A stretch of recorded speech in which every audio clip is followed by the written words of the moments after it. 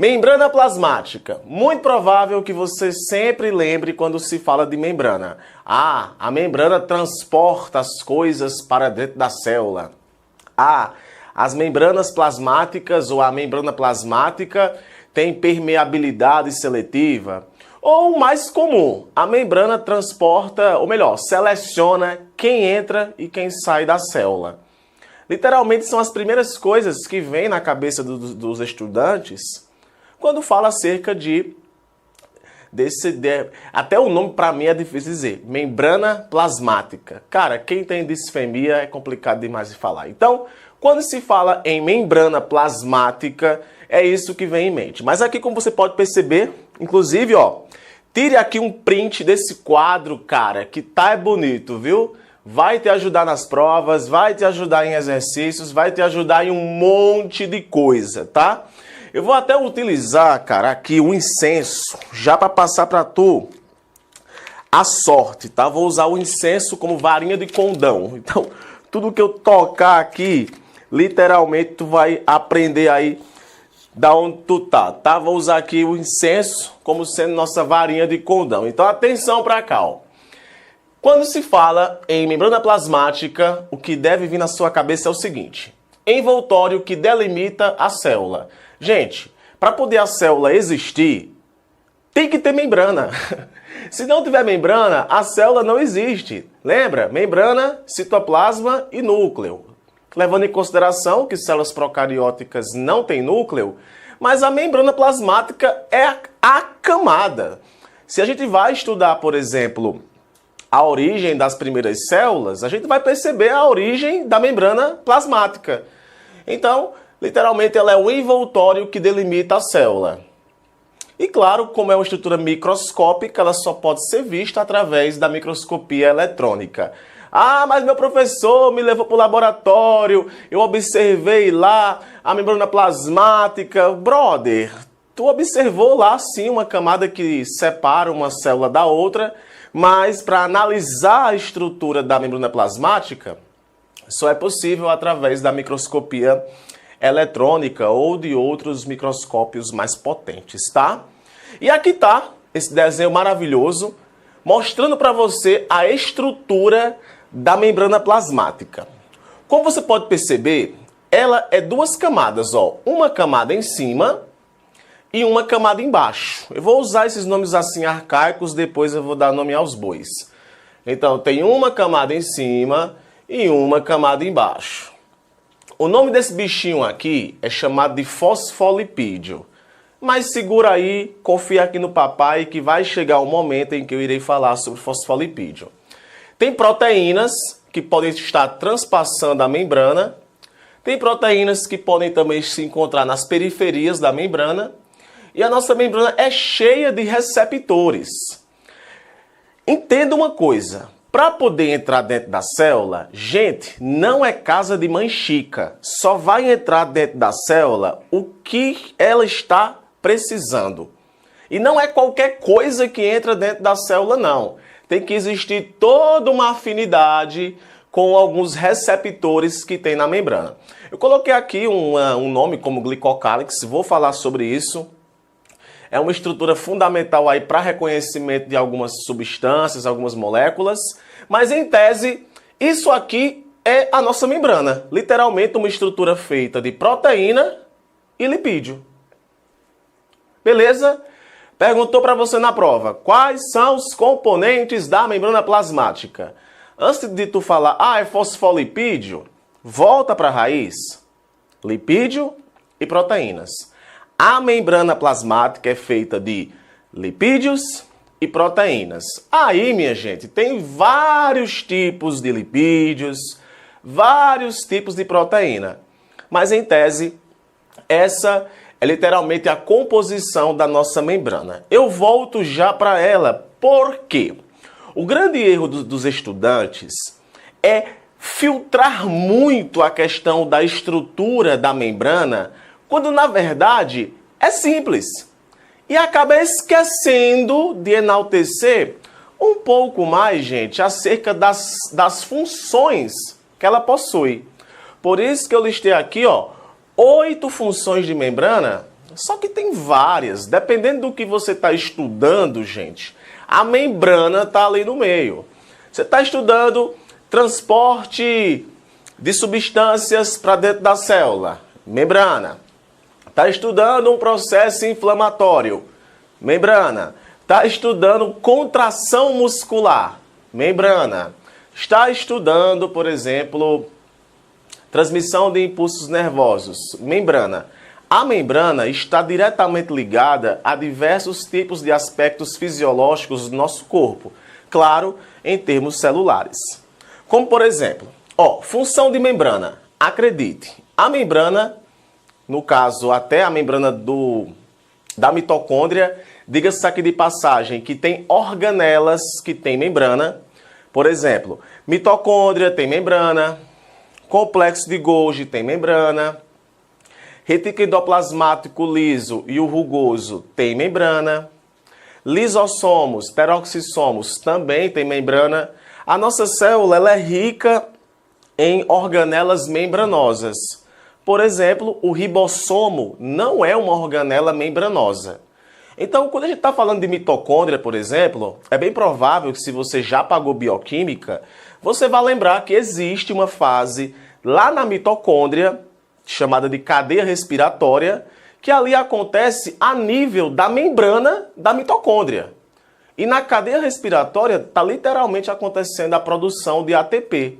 Então, a membrana ela está ligada à produção de ATP. Os transportes contra ou a favor de um gradiente de concentração também está ligado à membrana, transporte de solutos. Geração de impulsos nervosos. Para acontecer um processo de sinapse, que é o contato que acontece entre os neurônios, gente, pode ter certeza que só acontece por causa da membrana. É só de sair, potássio entrando, é um cabaré da bexiga. Entre e sai, gera lá uma corrente e graças a isso aí é que acaba existindo um contato entre o neurônio A e o neurônio B, o neurônio A liberando aí os seus neurotransmissores. E para poder acontecer essa sinapse, essa geração de impulso nervoso, isso acontece a nível de membrana. Ah, você não vai falar da produção de ATP? Não, aqui você vê quando você está vendo bioquímica, tá? Geração de impulso nervoso. Não, aqui você vê quando você, por exemplo, está estudando sistema nervoso ou tecido nervoso. Você vê isso aqui de perto quando está estudando tecido nervoso. A questão de comunicação celular. Para quem já estudou, por exemplo, processo inflamatório, gente, é literalmente diversas comunicações celulares que acontecem ali. Para quem já estudou sistema endócrino, que fala sobre hormônios, nossa, tudo ali é a base de comunicação celular a nível de membrana, tá? Até quando a gente está estudando vírus, gente, vírus tem relação com membrana, porque para poder um vírus ele entrar dentro da célula, os receptores virais têm que ter afinidade com os receptores que tem na membrana. Reconhecimento de moléculas, o glicocálix é uma dessas moléculas, é uma glicoproteína que também trabalha nessa questão de reconhecer moléculas. O próprio crescimento e a diferenciação das células lá no desenvolvimento embrionário também acontece a nível de membrana plasmática. Permite a troca de moléculas. Ai, meu Deus do céu, gente. Envolve aqui, transporte de solutos e permite a troca de moléculas.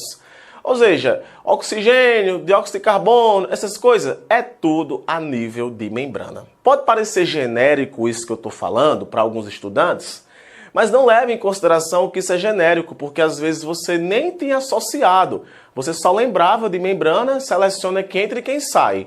Mas aqui, olha o tanto de coisa. Oferece suporte para os complexos enzimáticos, ou seja, diversos complexos enzimáticos que vão produzir uma substância, por exemplo, ou quebrar alguma coisa dentro da célula. Isso também acontece a nível de membrana. A varetinha aqui do incenso está dando certo. Não tem isqueiro aqui para poder ligar o incenso? Senão eu já ligava aqui para tu poder gravar essas informações na tua cabeça. Muito provável que professores cobrem muito isso em prova. Então, o ideal, o estudante aí que vai fazer uma prova, até você que é meu estudante, tá? Foca aqui nessas funções, que é interessante. Quando a gente está falando acerca da composição da membrana, aí não tem como negar. Tem que falar sobre fosfolipídio. Só que entenda, na cabeça do aluno, ele acha que o fosfolipídio, ele é uma coisa. Ali é um fosfolipídio, beleza. Só que o fosfolipídio é uma família de vários tipos de lipídio. Tu vai ver aqui que eu vou colocar o principal tipo de fosfolipídio da membrana é aquele. O principal tipo daquele é aquele. Ou seja, é tudo muito ramificado. Mas de forma geral, olha para cá, a composição da membrana rica em fosfolipídios. O que é um fosfolipídio? Eu posso dizer que o fosfolipídio é um lipídio conjugado, fosfato e lipídio, fósforo e lipídio. Existe toda uma bioquímica de lipídio. Geralmente, quando o seu professor na faculdade ele vai explicar fosfolipídio, ele já acredita que você sabe o que é um lipídio. Ele já acredita que você sabe o que é um ácido graxo. Então, para alguns estudantes, fica um pouco difícil entender o que é um fosfolipídio, quando, na verdade, ele não sabe ainda o que é um lipídio. Mas o lipídio é um composto orgânico, insolúvel em água, e blá blá blá blá blá blá blá. Mas um ponto é, em se tratando de lipídio aqui nas células, a gente está falando de triglicerídeos. Em se tratando de triglicerídeos, a gente está falando de um componente feito de ácido graxo e glicerol. Pronto. Lipídio, ácido graxo e glicerol. Morreu o assunto. Então, esse fosfolipídio aqui, o lipídio que tem aqui, ele tem ácido graxo e glicerol, que é o componente que vai formar o lipídiozinho bonitinho.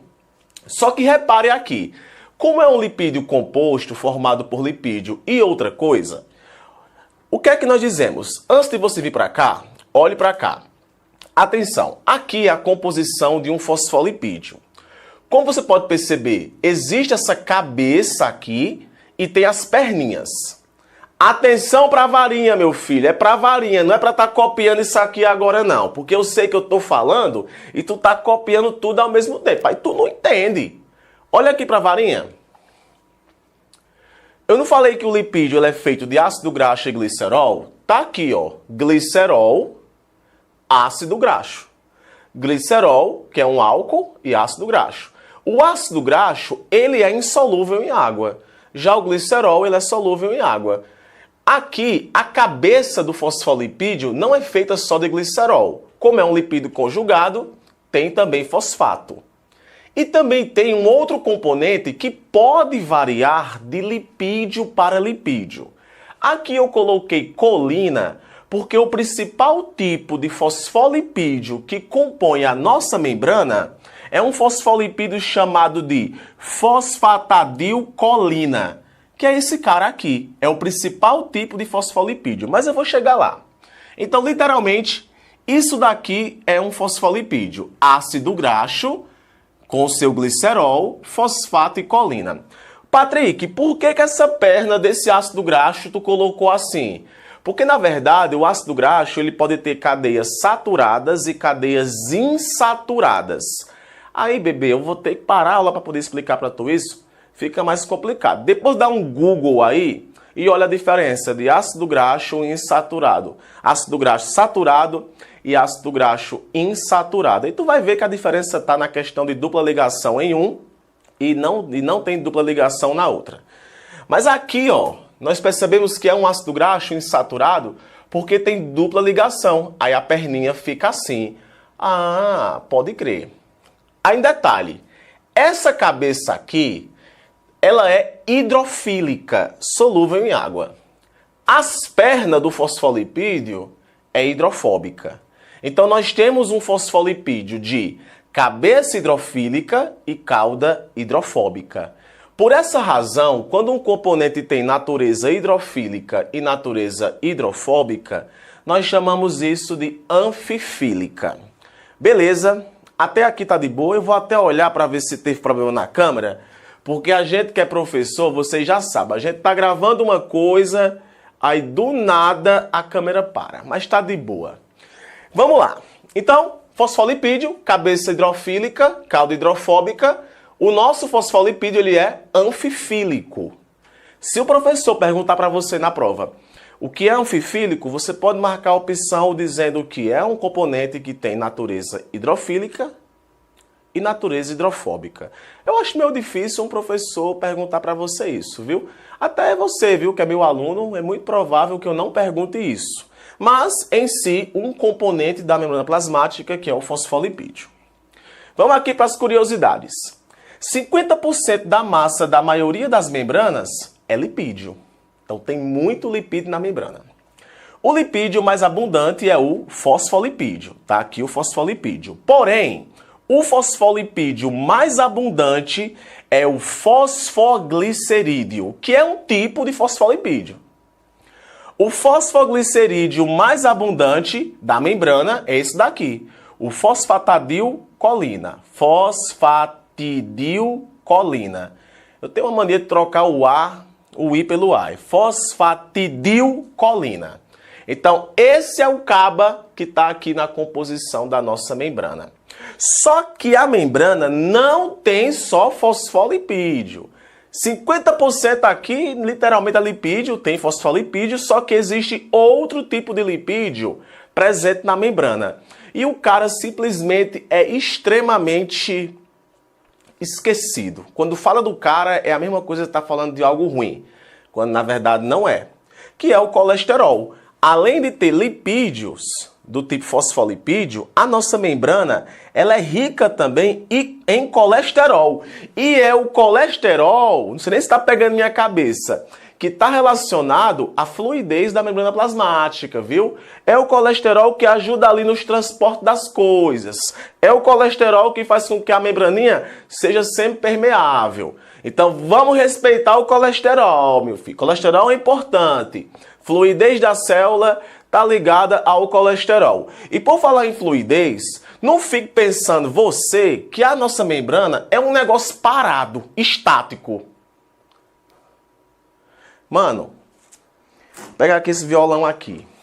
Se tu disser alguma vez que a membrana é um negócio parado, estático, sólido, tu vai levar na cabeça é uma violonada. Porque, na verdade, a membrana, ela é fluida, meu filho. O que é que isso significa, pelo amor de Deus? Que tá tudo se mexendo, mano. Tudo se mexe aqui. É isso aqui lá em cima, isso aqui lá embaixo.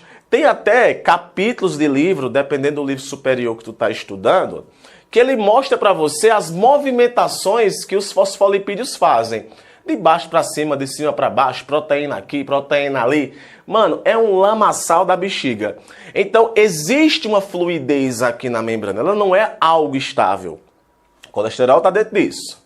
E possui também glicoproteínas, tá? Que podem atuar aqui nas funções de diferentes formas. Por ter proteína, inclusive, vai também participar de reconhecimentos, tá? Em se tratando da proteína da membrana, aí, papai, o pau quebra. O pau quebra. Porque o nome do teu filho vai ser proteína, de tão importante que é a proteína. Olha aqui algumas funções de proteínas que estão na membrana plasmática. Ó, tá aqui na membrana. Reconhecimento, ou seja, tá reconhecendo aquilo que entra, reconhece aquilo que sai. A função de recepção de sinais, mandou um hormônio lá do inferno da pedra, sabe? Um hormônio lá do hipotálamo. As células que irão receber esse hormônio têm que ter receptores específicos, tá? Então, recepção de sinais, transporte de substâncias, tem proteína aqui que é transmembrana. O que isso quer dizer? Tem malucoide, sabe? Lá na difusão simples, tem malucoide que vai entrando dentro da membrana e o bicho entra logo pelo fosfolipídio, porque tem afinidade.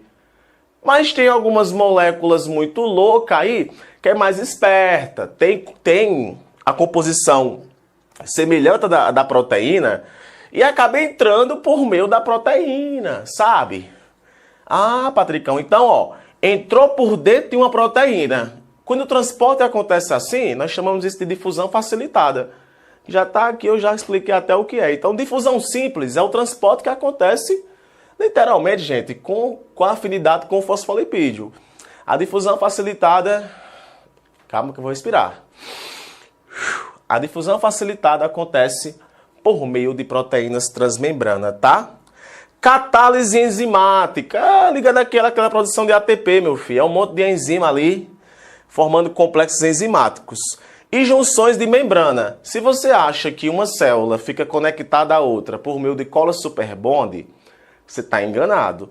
Tem junções, meu filho. Junção é união. Ah, meu filho, ele tem desmossomos, M-desmossomos, Patrick-desmossomos, junções intercelulares. Essas junções são placas de proteína ou filamentos de proteína que fazem com que as células fiquem aderidas umas às outras. Então, olha aí, cara, a nata da nata para você de membrana. Quando a gente está falando de transporte, o que quer dizer isso? É a entrada de substâncias para dentro da célula. Vou até ver de novo se o celular está carregado, se a câmera está de boa aqui.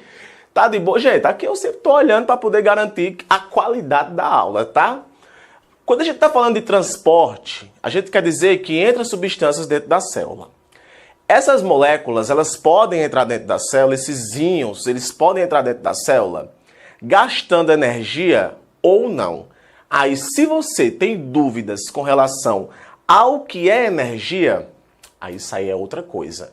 Energia, gente, é ATP, adenosina trifosfato, ou trifosfato de adenosina. Aqui tem, ó, transporte ativo, que é o que é mais conhecido. Ah, transporte ativo, bomba só de potássio. Chega em qualquer estudante que já pagou bioquímica ou pagou biologia molecular, transporte ativo, bomba só de potássio, bomba só de potássio. Como se só existisse bomba só de potássio. Existem vários outros tipos de transporte ativo. Ah, a bomba só de potássio é quando coloca 3 sódio para fora e 1 potássio para dentro. Mas por que que isso acontece? A bomba só de potássio tem toda uma importância. Olha, ocorre com gasto de energia, contra um gradiente de concentração. O que isso quer dizer? Mano, que ela vai entrar querendo ou não, velho. Não tem esse negócio, ela é contra. É do meio mais concentrado, tem o transporte que é do meio mais concentrado para o meio menos concentrado, que é a favor, e tem o que é contra. Sai do meio menos concentrado para o mais concentrado para o menos concentrado. Quando sai do meio mais concentrado para o meio menos concentrado, aí é a favor, porque lá é menos concentrado. Quando é o oposto, é contra um gradiente de concentração. Utiliza proteínas transportadoras. Então, para poder o transporte ser ativo, até mesmo na bomba de sódio de potássio, é importante a existência de proteínas. Então, utiliza proteínas transportadoras acopladas a uma fonte de energia. E é graças a essa proteína ali que faz com que ocorra um giro da proteína, levando literalmente os sódios para fora e colocando os potássios para dentro. A bomba de potássio, gente, não é o único transporte que vai estar transportando sódio e potássio, não. Existem canais dependentes de ligantes e existem outros tipos de transporte que podem colocar sódio e potássio para dentro. Na verdade, a bomba de sódio e potássio ela é importante para processos de repolarização, que talvez isso aí é uma cena para próximos capítulos, tá? Que tem a ver com transmissão de impulso nervoso. Essencial para manter a composição iônica intracelular e para importar solutos que estão em baixa concentração fora da célula. Então, bota para fora da célula. Nós temos a bomba só de potássio, importante demais para a transmissão de impulso nervoso.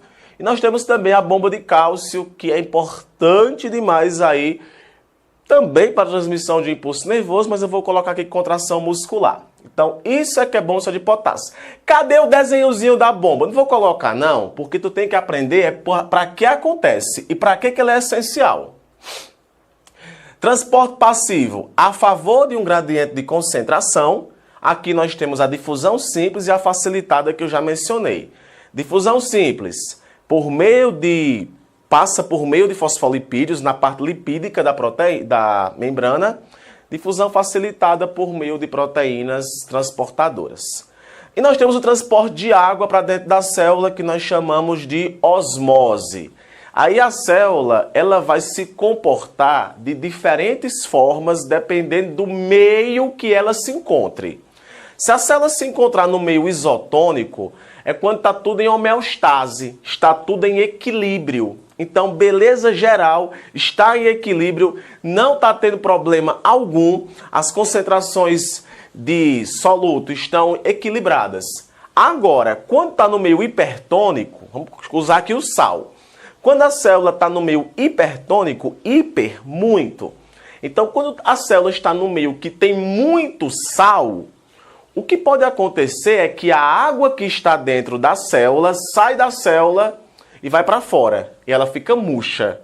Se acontecer da célula estiver em um meio que tem pouco sal, vai acontecer o oposto. A água que está no meio extracelular vai entrar dentro da célula e acaba estourando a célula. Enfim, meio hipertônico e hipotônico, isso aqui pode levar inclusive a uma lesão celular e a célula pode acabar morrendo por conta disso. Mas literalmente, osmose, transporte de água para dentro da célula. Gostaram, minha gente? A varinha mágica aqui para vocês, a nata da nata da nata, para você se dar bem aí em provas da faculdade. Inclusive as minhas provas, hein? Foca nisso daqui, tira o printzão, tá? Tira o print aí maravilhoso. Já passou de 28, essa aula aqui já passou de 28 minutos. Quem ficou aqui comigo tá de parabéns, tá? Muito bem, gente. Fico por aqui e vejo vocês na próxima aula. Valeu!